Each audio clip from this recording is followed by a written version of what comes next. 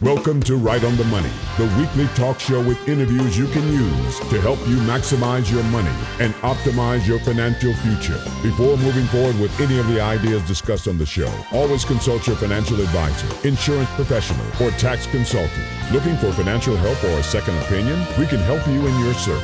And now, your host of Right on the Money, syndicated financial columnist and money-colored commentator, Steve Savant.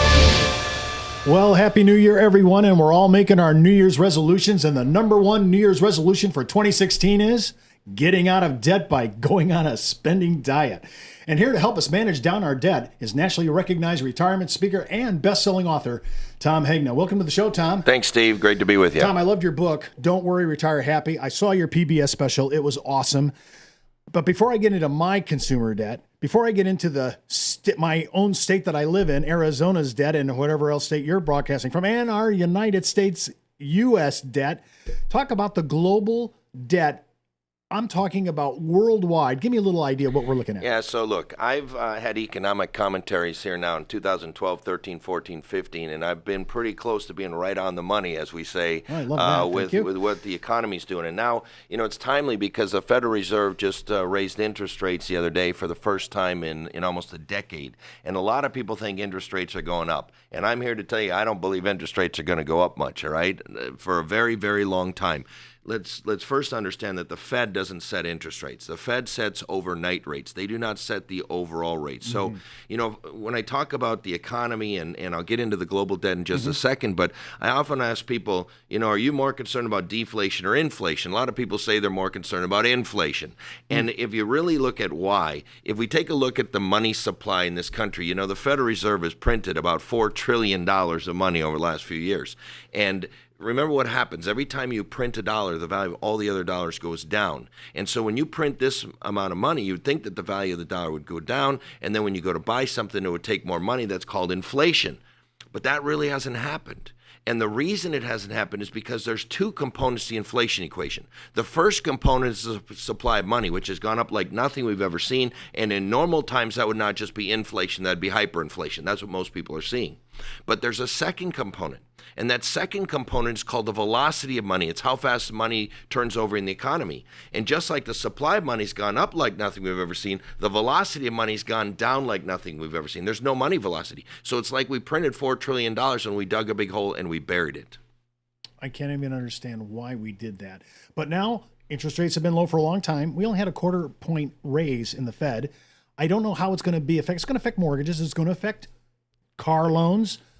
Credit card, but maybe not that much. Maybe, because see, the Fed sets the overnight lending rate. Now, traditionally, rates go up in concert, so that you'd think if they raise it 25, everything else would go up 25. But that's not always true. Sometimes the yield curve flattens, where the longer-term rates actually come down, or as it goes up, they stay the same. That's called a flattening of the yield curve. There's even times when it does inverted yield curve, where the short-term rates are higher than the long-term rates, and that typically portends a recession or something. But so, look, we're not going to see any inflation until we see this money velocity pick up. But besides that, there are several huge deflationary pressures that I've been talking about for the last 4 years that haven't gone away. And the first thing is debt, like we talked about, record global government debt. There's over $57 trillion of government debt. Our country is 18 going on 19 trillion in debt with almost 100 trillion of unfunded obligations. Now, what I always ask people is, what is debt? All debt is taking from the future and spending it today. Let me give you an example. We're in football season. So somebody got the Red Zone package. They want to watch all the football games on the Red Zone package, but they got a crappy old TV. So they go down to Best Buy. They don't have any money in their pocket, but they got a credit card. And Best Buy is happy to swipe that credit card for $1,500. And guess what? You get to take a brand new big screen TV home. And you get to watch the Red Zone package in your brand new big screen TV. What did you just do? You took $1,500 of your future and you spent it today. Steve, what I'm telling you is governments around the world have taken $57 trillion of our future, and it's gone. So what is that going to do to global growth for the next decades? It's going to significantly reduce global growth. It's highly deflationary. Okay, so really right now you're saying it's going to be pretty flat from an interest rate point of view. So we're not going to get really big money from CDs, money markets. I mean, banks aren't going to be going up for anytime soon. I don't see interest rates doing much of anything for a very, very long time. So the first thing is debt. But you know what? A lot of people have been in debt. They've had credit card debt. They've had student loans. What happens when you pay off your debt? What aren't you doing with your money? You're not spending it or saving it. See, the paying off of debt is also very deflationary. At the government level, it's called deleveraging. And what I'm telling you is governments around the world haven't even started to get out of debt. Now, how do governments get out of debt? There are 3 ways. We only ever hear about 2. Raise taxes, cut spending. The third one is growth. Growth is the best, but we never hear about it. But what happens to an economy when you raise taxes and you cut spending? It strangles the economy. It's highly deflationary. So you got this massive debt that's deflationary. You got this deleveraging that hasn't even started. What I'm telling you is you can look forward to decades of higher taxes and reduced government spending. Hasn't even started yet. And the third big D is demographics. We're getting old. Europe is old. Japan is very, very old. Steve, in Japan, they now sell more adult diapers than baby diapers. That's old. China will get old before they get rich. Their one-child policy will come back to bite them. Well, when I'm thinking of how to combat this, I mean, I'm trying to say I'm just a little guy, and this effect of the world's debt, is actually infringing on my lifestyle, and I don't even see it. Yeah, and the point here with the demographics is that old people don't spend money. So you got these 78 million baby boomers that it was about them and more and bigger and better, and they bought. Well, guess what? Those baby boomers are over the hill. They're over age 50. What happens at age 50? The kids move out, at least for a couple months, and your spending goes down every year after age 50. Now, there's some other things. Citibank says that there's a 65% probability of recession next year. There are other people who say it's even higher than that. You look around the world, Europe has negative interest rates, Steve. Negative. You go to Switzerland, you put $100,000 in to buy a bond. Guess what? You come back and you only get $98,000 out. You're not earning interest. You got to pay them interest.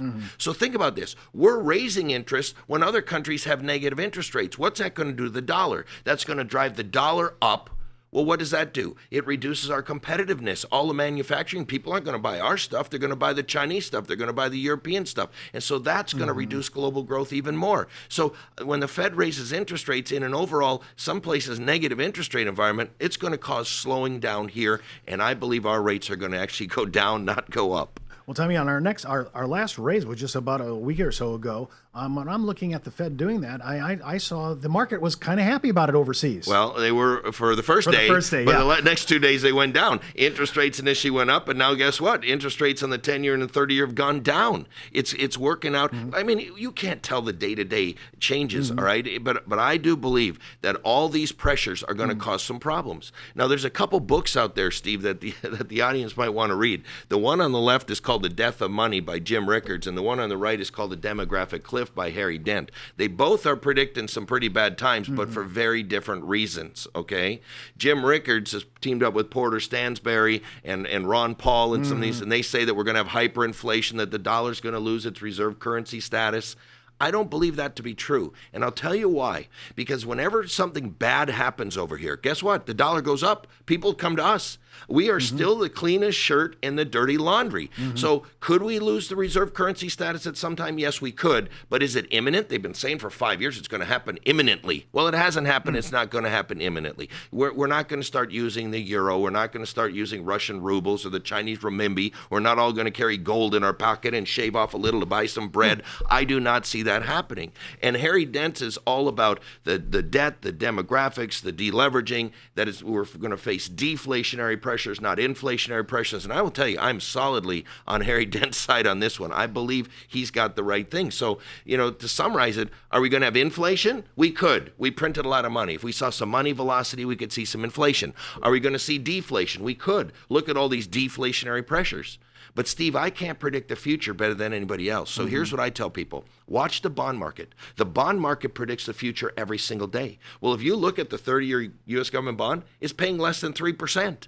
What is that predicting? The odds of any inflation or hyperinflation in this country are almost nothing. The 30-year bond is telling you that interest rates are likely to stay low for a very, very, very, very, very long time. Now, Tom, when you say that, I mean, am I saying in my lifetime maybe then over the next 30 years, I'm not going to see 6% ever again.